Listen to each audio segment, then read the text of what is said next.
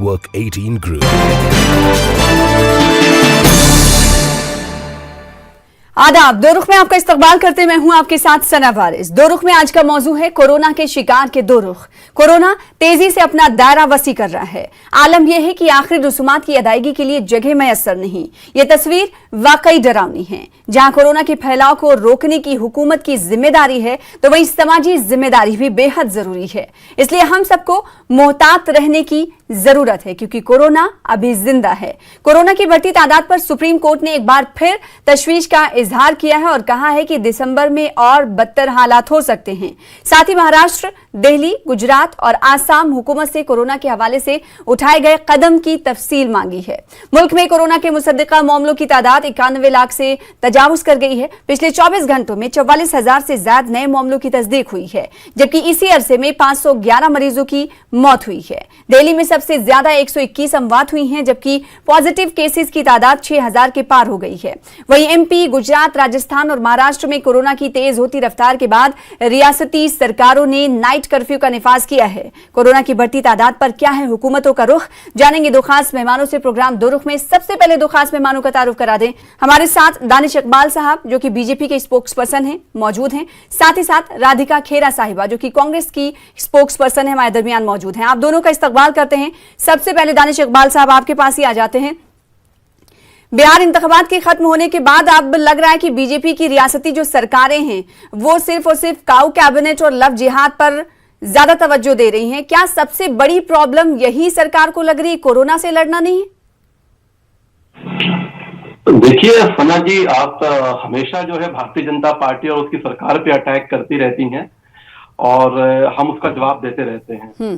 देखिए, जहां तक कोरोना का सवाल है, प्रधानमंत्री जी कल जो है जिस भी प्रदेशों में सबसे ज्यादा कोरोना की महामारी है, जहां कोरोना के जो प्रकोप बढ़ रहे हैं, उस प्रदेश के मुख्यमंत्री से कल वो बैठक कर रहे हैं और वहां की योजनाओं पे जो है वो क्या योजना किया जाए, कैसे कंट्रोल किया जाए, वहां के मुख्यमंत्रियों के साथ सलाह मशवरा कर करके कल वो योजना बनाएंगे। एक चीज तो ये हो गई कि प्रधानमंत्री जो है संवेदनशील है। दूसरी चीज देखिए सना, जो कोरोना के सबसे ज्यादा केसेस है वो दिल्ली में है। दिल्ली की हिस्सेदारी देश की आबादी में 2% है, लेकिन कोरोना में 32% से ज्यादा है। इसी के संदर्भ में पिछले 15 नवंबर को, आज से 5-6 दिन पहले जो है, देश के गृह मंत्री अमित शाह जी ने जो है एक समीक्षा बैठक बुलाई और समीक्षा बैठक की और दिल्ली के जो हालात हैं उसको अपने कंट्रोल में लेने का प्रयास किया। देखिए, पिछले बार भी जब मार्च और अप्रैल में जब कोरोना काल का प्रकोप आया था और जब बढ़ा था, उस समय भी दिल्ली के हालात बहुत खराब थे और दिल्ली के उप मुख्यमंत्री ने जिस प्रकार से लोगों के अंदर पैनिक बढ़ा दिया था, उसके बाद भी गृह मंत्री ने ही हालात को संभाला था और फिर से इस बार जो है देश के गृह मंत्री ने दिल्ली को संभालने का काम किया है और समीक्षा बैठक करके जो उन्होंने निर्देश दिए हैं दिल्ली के अंदर, मैं चाहता हूं कि थोड़ा थोड़ा मैं आपको बता दूं कि जैसे आरटी और पीसीआर टेस्ट जो है वो दुगनी बढ़ा दी गई है दिल्ली के अंदर, लैब क्षमता का उपयोग बढ़ा दिया गया है। मोदी की सरकार ने, केंद्र की सरकार ने दिल्ली में स्वास्थ्य कर्मियों की जो कमी है उसको देखते हुए सीएपीएफ से एक्स्ट्रा डॉक्टर और पैरामेडिकल स्टाफ दिल्ली में एयरलिफ्ट करके लाया जा रहा है। तो केंद्र सरकार, गृह मंत्रालय पूरी तरह से संवेदनशील है। और मैं बता दूं आपको कि जो अपने दिल्ली के धौला कुआं में डीआरडीओ के कोविड अस्पताल हैं, जहां पे आईसीयू बेड से उसमें 300 आईसीयू बेड की बढ़ोतरी कर दी गई है। वर्तमान हालात को देखते हुए जहां पे कोविड पेशेंट, जो गंभीर कोविड पेशेंट हैं, उनका इलाज किया जा सके, एमसीडी के अस्पतालों को कोविड डेडिकेट अस्पतालों में जो है परिवर्तित किया जा रहा है। ऑक्सीजन की सुविधा वाले जो बेड हैं छतरपुर में, उसमें जो 10,000 बेड है आईसीयू के, और जिसमें ऑक्सीजन लगा हुआ है, उसको और सशक्त बनाया जा रहा है। ये सारी चीजें 15 नवंबर के बाद देश के गृह मंत्री ने आदेश दिया है। और बता दूं कि दिल्ली के अंदर अगर कहीं ऑक्सीजन की कमी हो रही है, कहीं जो है फ्लो नेजल कैनुअल है वो सब केंद्र सरकार जो है दिल्ली में उपलब्ध करा रही है। तो मुझे बात लगता है सिर्फ कि दिल्ली की हम नहीं कर रहे, हम पूरे मुल्क की कर रहे हैं, क्योंकि 91 लाख से ज्यादा केसेस अब हो चुके हैं। आज जो आंकड़ा है हमारे सामने, दानिश इकबाल साहब, और आपने कुछ देर पहले कहा कि अटैक करती रहती हैं। अगर सवाल पूछना अटैक है तो आप अटैक ही समझिए। राधिका खेरा साहिबा, आपके पास में आना चाहूंगी। जब इलेक्शन हो रहे थे उस वक्त धुआंधार रैलियां तमाम पार्टियां कर रही थी, कांग्रेस भी कर रही थी और महागठबंधन भी कर रही थी। ऐसा लग ही नहीं रहा था कि कोरोना है, यानी वक्त के हिसाब से सियासी पार्टियों को यह लगता है कि कोरोना कब आएगा और कोरोना कब जाएगा। आंकड़ों पर आप लोग नजर नहीं रखते। देखिए सना जी, कांग्रेस पार्टी लगातार ये बात उठाती आ रही है पहले दिन से। जब प्रधानमंत्री जी ने शुरुआत में कहा था कि मुझे देश से सिर्फ 21 दिन चाहिए, महाभारत का युद्ध के साथ कंपैरिजन किया था कोरोना का, और कहा था 21 दिन में हम कोरोना को हरा देंगे। आज उस दिन से लेकर आज का समय आप देखें तो बहुत महीने बीत चुके हैं। प्रधानमंत्री जी के कहने पर पूरे देश ने तालियां बजाई, थालियां पीटी, दिए जलाए। जैसा जैसा प्रधानमंत्री जी कहते गए वैसा वैसा ये देश करता गया। प्रधानमंत्री जी ने कहा ये पीएम केयर फंड है, इसमें पैसा डोनेट करिए, वो भी किया। जनता अपनी लड़ाई, जैसे प्रधानमंत्री जी हमारे माननीय कहते रहे, हम लोग करते रहे, लेकिन बदले में जनता को क्या मिला? क्या कोरोना से लड़ाई लड़ना काम सिर्फ देश की जनता का है? आज आप देखिए कि कोविड की डेथ पर मिलियन जो है रेट है, जो पर मिलियन है, वो हाईएस्ट है हमारे देश में। हम यूके से भी अहेड है, फ्रांस से भी अहेड है। और ये जिस तरीके से भाजपा के प्रवक्ता दिल्ली के बारे में गिनवा रहे थे, बहुत खूबी से उन्होंने गिनवाया कि हमने ये इंतजाम करवा दिया, वो इंतजाम करा दिया। लेकिन मैं दिल्ली से आती हूं और दिल्ली की सच्चाई ये है कि दिल्ली में क्रिमेशन ग्राउंड में, जहां पे बॉडियों को जलाया जाता है कोरोना की, जिनकी मौत हो जाती है, वहां पे कई कई दिनों की वेटिंग चल रही है। अगर क्रिमेशन ग्राउंड पर वेटिंग चल रही है तो आप सोचिए कितने भयानक हालात है। ये कहते हैं हमने ये इंतजाम किया। सच्चाई ये है कि दिल्ली की जनता भाजपा और आम आदमी के बीच में एक रस्सा खींची का खेल खेलते थे हम बचपन में, उस तरीके से उसके बीच में आ गई है। सच्चाई ये है कि आपस में झगड़ा हो रहा है। आप देखिए केजरीवाल साहब कहते हैं कि हम लोग लेटर लिख के भेज रहे हैं सेंट्रल गवर्नमेंट को, सेंट्रल गवर्नमेंट गिरवा रहे जी, शाह साहब ने ये कर दिया वो कर दिया, लेकिन वहां से परमिशंस नहीं आती। दो इतने बड़े बड़े मार्केट, आज ही की खबर है, दिल्ली में है, जिनकी वजह से कोरोना फैलने में, क्योंकि भीड़ बहुत हो रही है, उसके लिए नोटिफिकेशन निकाला जाता है, यहाँ की निकालते हैं नोटिफिकेशन कि वो मार्केट बंद किए जाए, फिर वो नोटिफिकेशन कुछ घंटों में वापस ले लिया जाता है। क्यों? क्योंकि कहा जाता है कि ये हमारे पास पावर नहीं है, ये सेंट्रल गवर्नमेंट से अभी तक हमें अप्रूवल नहीं आया है। इसके लिए भी अप्रूवल, यहाँ पे देश की जनता दिन पर दिन मर रही है। टेस्ट है उनका, उसके अंदर कमी आ गई, नेशनल लेवल पे भी टेस्ट में कमी आई है। और बात रही कांग्रेस पार्टी की, कांग्रेस पार्टी ने दिखाया किस तरीके से कोरोना से लड़ाई लड़ी जाती है। आपने सबने देखा, पूरे अजय माकन तो कह रहे हैं कि दिल्ली को बंद कर दिया जाना चाहिए, लॉकडाउन कर दिया जाना चाहिए। तो क्या मसले का हल लॉकडाउन है?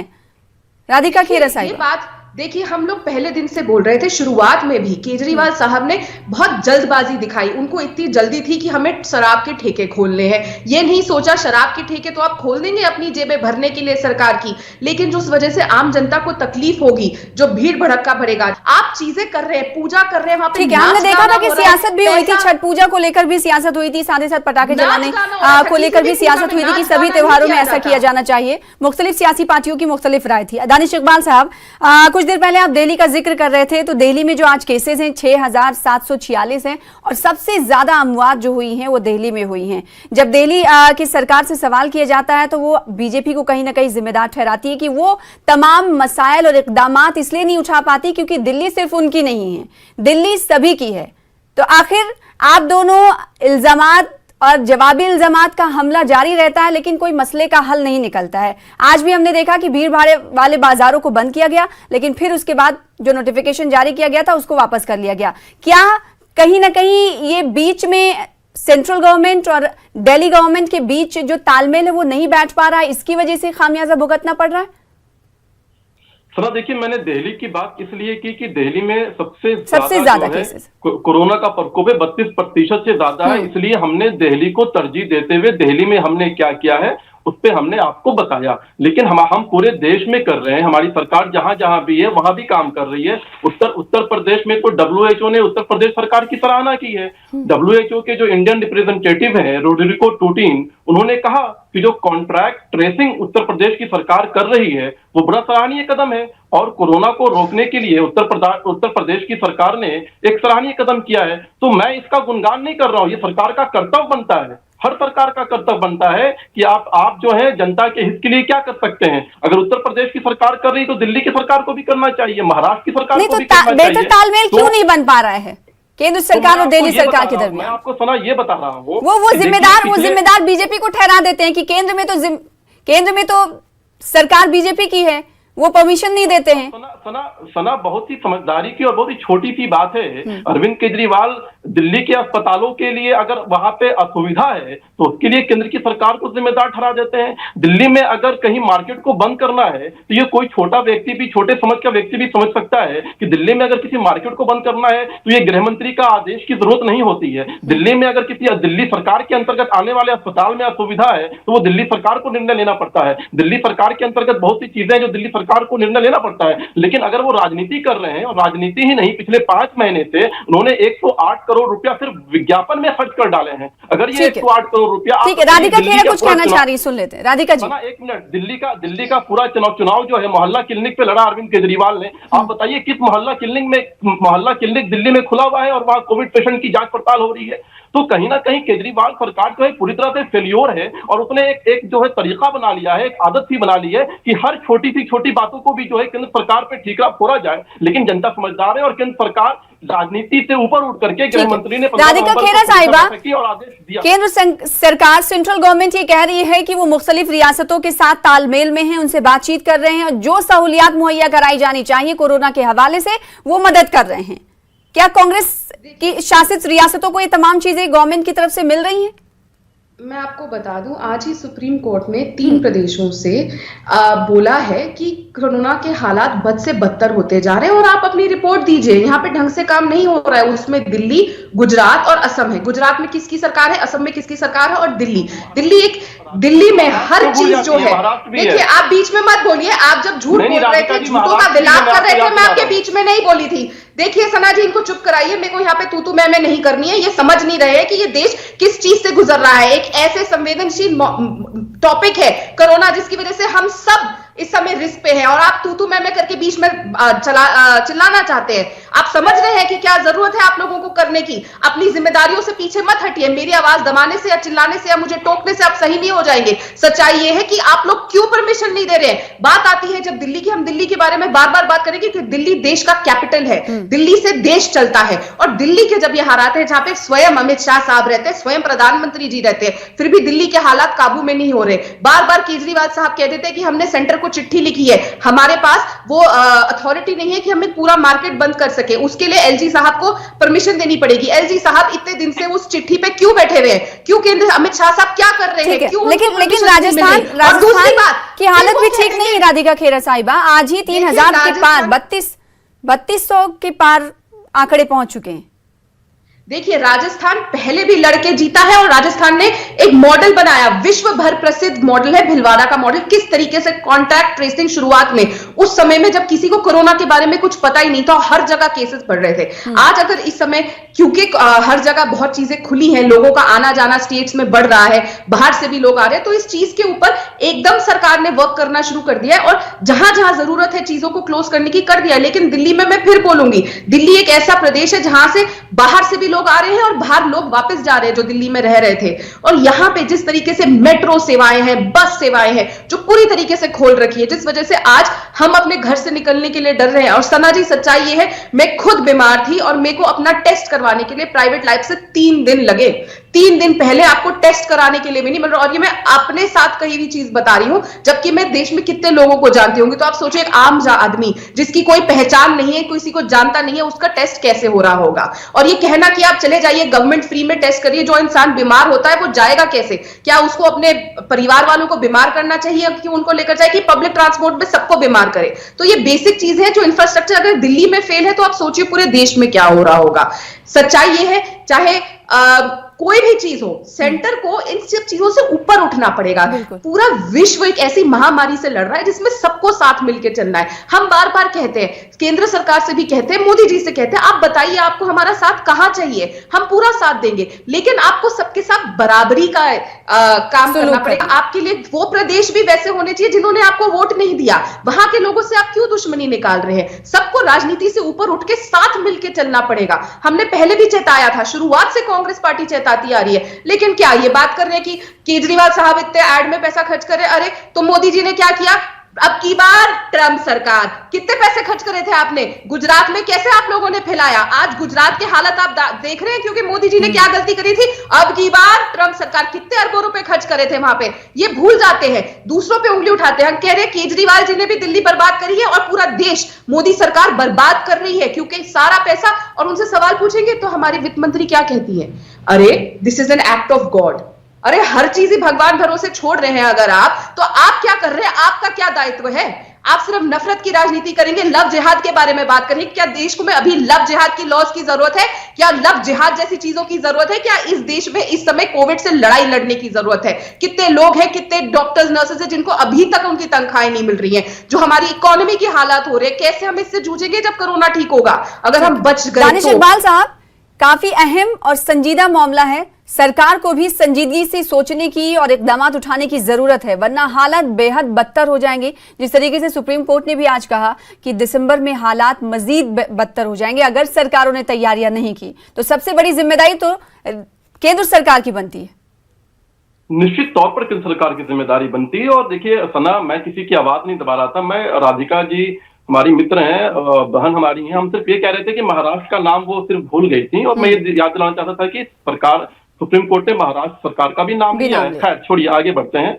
राधिका जी ने इतना कुछ बोला, मैं सिर्फ एक चीज पूछना चाहता हूँ कि राहुल गांधी इनके नेता कहाँ हैं? दिखते नहीं है आजकल, इंडिया में है या इंडिया से बाहर है, ये बता दें वो। दूसरी बात, मैं जवाब दे देती हूँ, मैं टोकना पसंद नहीं करती, लेकिन राहुल गांधी जी इस देश के प्रधानमंत्री नहीं है। आप प्रधानमंत्री नहीं है, ना गृह मंत्री है, ना सरकार है। आप बार बार हर चीज राहुल जी पे क्यों ले आते हैं? अगर राहुल जी का आपको इतना शौक है तो राहुल जी ने जताया था कि हम कोरोना की जद में जा रहे हैं, और तब डॉक्टर हर्षवर्धन साहब ने और आपके सभी मंत्रियों ने उन पर अटैक करके कहा था कि आपको कुछ नहीं पता, कोविड के सब हालात, कोविड नाम की कोई चीज ही नहीं है, आप मजाक कर रहे हैं। तब भी आप लोगों ने यही किया था। राहुल गांधी जी की ऑब्सेशन से बाहर निकलिए, देश की जनता पर ऑब्सेशन करिए, देश की जनता के बारे में आप सोचिए। जितना आप लोग सुबह शाम राहुल जी को गाली दे रहे हैं, मेरा वक्त, देखिए अगर राधिका जी इतना गुस्सा और इतना एग्रेशन और इतना संजीदगी से जमीन पे इनकी पार्टी काम करती है तो आज ये हालात नहीं होते, कांग्रेस का पतन नहीं होता। राधिका जी अच्छी प्रवक्ता है, सम्मान करता हूं मैं।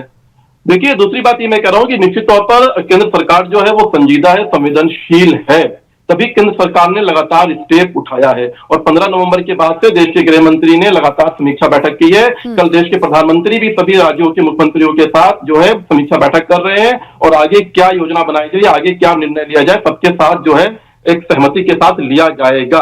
जो भी देखिए ये जो कोरोना आया था, ये कोरोना जो है ये प्राकृतिक प्रकोप है और प्राकृतिक आपदा को जो है आपके हाथ में कंट्रोल नहीं होता। आप प्रिकॉशन ले सकते हैं, आप ज्यादा से ज्यादा चीजों को इंप्लीमेंट कर सकते हैं, ज्यादा से ज्यादा चीजों को रोकथाम कर सकते हैं और सरकार ने वो बाखूबी किया है। सरकार ने गरीबों के लिए, जब हम जनवरी, फरवरी और मार्च में जब लॉकडाउन लगा था, जब वो हालात थे, तो सरकार ने क्या क्या किया, आर्थिक मदद से लेकर के राशन से लेकर के सारी चीजें गरीब महिलाएं तक क्या क्या पहुंचाया गया, उसका हमें आज लेखा जोखा देने की जरूरत नहीं है। सरकार बाखूबी वहां से अपना काम निभाती रही है। देश के 90% से ज्यादा लोग ये मानते हैं कि सरकार ने कोरोना काल में सबसे प्रभावी ढंग से काम किया है, कांग्रेस माने या ना माने। और आज भी अगर देश के अंदर लगातार कोरोना के प्रकोप बढ़ रहे हैं, प्रधानमंत्री, गृह मंत्री ने सारे मामले को कंट्रोल में लिया है और जहां भी जिस चीज की जरूरत है उस चीज को मुहैया कराया जा रहा है। सना, सरकार कहीं भी जो है सो नहीं रही है।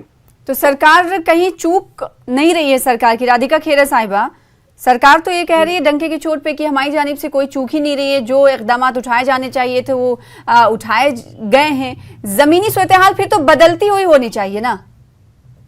देखिए पता नहीं कौन से 90% लोगों की बात कर रहे हैं, मुझे तो नहीं पता इनको ये कहां से फर्जी डाटा मिला है। एक तो इनकी जो व्हाट्सएप फैक्ट्री जो फेक न्यूज फैलाती है उधर से ये डेटा भी लेकर आए हैं।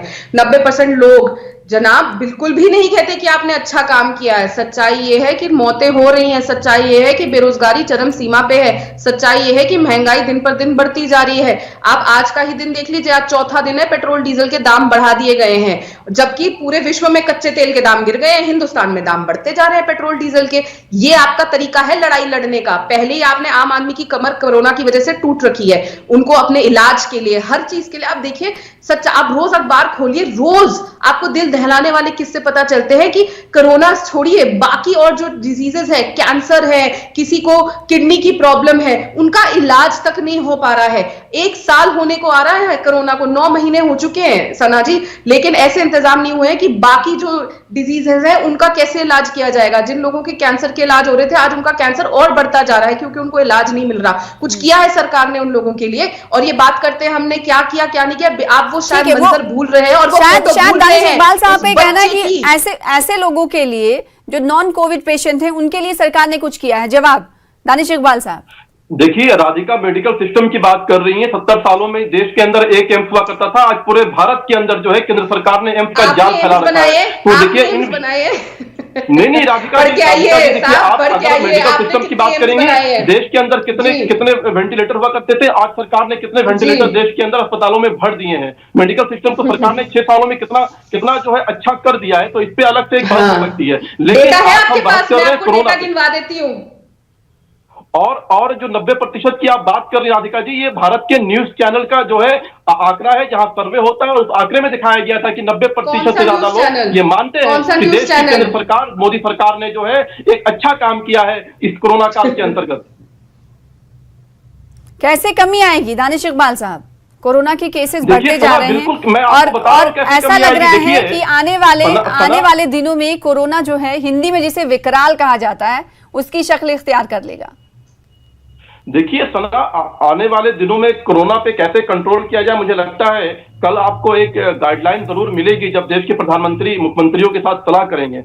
लेकिन अभी जो है देश के प्रधानमंत्री, देश के गृह मंत्री ने जो गाइडलाइंस, जो इनिशियल स्टेप ले सकते थे दोबारा कोरोना काल के बढ़ते हुए प्रभाव से, उसमें लिया गया है। देखिए, दिल्ली की जैसे अलग अलग प्रदेशों में एक टीम भेजी जा रही है जो वास्तविक जो हालात हैं अस्पतालों के, वास्तविक में जो कमियां हैं वहां पे अस्पतालों के अंदर, उनका जायजा लेकर के एक रिपोर्ट गृह मंत्रालय को सौंपेगी। तो दानिश इकबाल साहब का ये कहना है कि सरकार बैठी नहीं है, राधिका खेरा साहिबा। लेकिन अगर हम कांग्रेस पार्टी की बात करें और कांग्रेस रियासतों की बात करें, वहां पर भी आंकड़े लगातार बढ़ रहे हैं। महाराष्ट्र में भी काफी हालात खराब हो रहे हैं। 5753 और 50 लोगों की आज मौत हुई है। वहां ट्रिपल इंजन की सरकार है, सरकार के सामने वहां भी चुनौती है। वहां पर आप कैसे इस पूरी चुनौती को टैकल कर रहे हैं? और साथ ही राजस्थान देखिए शुरुआत में भी जब कोरोना ने अपने पैर फैलाने शुरू किए थे, तब भी महाराष्ट्र में केस बहुत अधिक आए थे, लेकिन महाराष्ट्र सरकार ने बहुत अच्छे से लड़ाई लड़ी। और मुंबई, जहां पे स्पेस की भी कमी है और बहुत चौल भी है, जहां पे हमने सोचा था कि बहुत बड़ा बॉम्ब कोरोना का फटेगा, लेकिन उस चीज को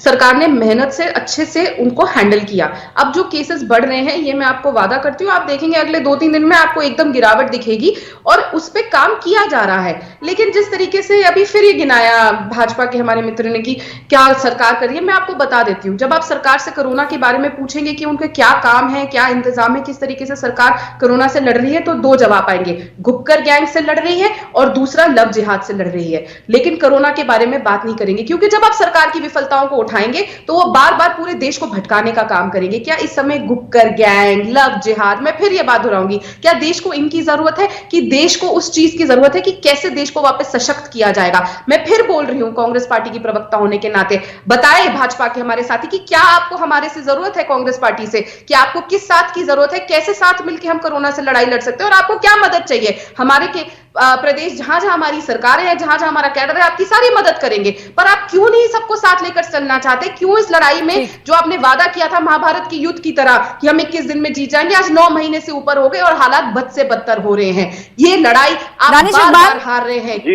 कांग्रेस शासित रियासतों में तो कह रही है राधिका खेरा कि आने वाले दिनों में हालात बेहतर हो जाएंगे। बीजेपी शासित जो राज्य हैं, रियासतें हैं, वहां पर हालात को लेकर किस तरीके से कोशिशें होनी चाहिए, ये भी आपको बताना होगा।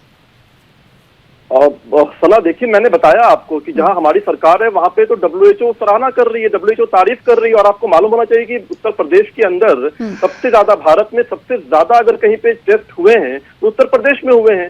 दूसरी बात ये कि जो राधिका जी कह रही हैं कि हम गुपकर गैंग की बात कर रहे हैं, अगर कोई देश में देशद्रोही काम करेगा, कोई झंडा का अपमान करेगा, कोई चाइना से आकर के धारा 370 को हटाने की बात करेगा और आप उसके साथ समझौता करके जो फिर करगिल में आप क्यों थे साथ में? ये भी सवाल उठता है। नेशनल कॉन्फ्रेंस, देशद्रोही पार्टी भाजपा, सबसे बड़ी देशद्रोही पार्टी भाजपा, जो सोचती है कि देश की जनता बेवकूफ है। आप बनाए महबूब सरकार, कोरोना के केसेस बढ़ते हुए जा रहे हैं और हालात खराब से खराबतर होते हुए जा रहे हैं। सरकारों से ये उम्मीद की जा सकती है कि आवाम के लिए बेहतर सहूलियात दरकार करें, साथ ही साथ कोरोना वबा पर काबू पाने के लिए संजीदगी का मुजाहरा करें। आप दोनों खास मेहमानों का बेहद शुक्रिया हमारे साथ शामिल होने के लिए। फिलहाल इसी के साथ दो रुख में मुझे दीजिए इजाजत। कल फिर बड़े मौजू के साथ हाजिर होंगे, तब तक के लिए आदाब।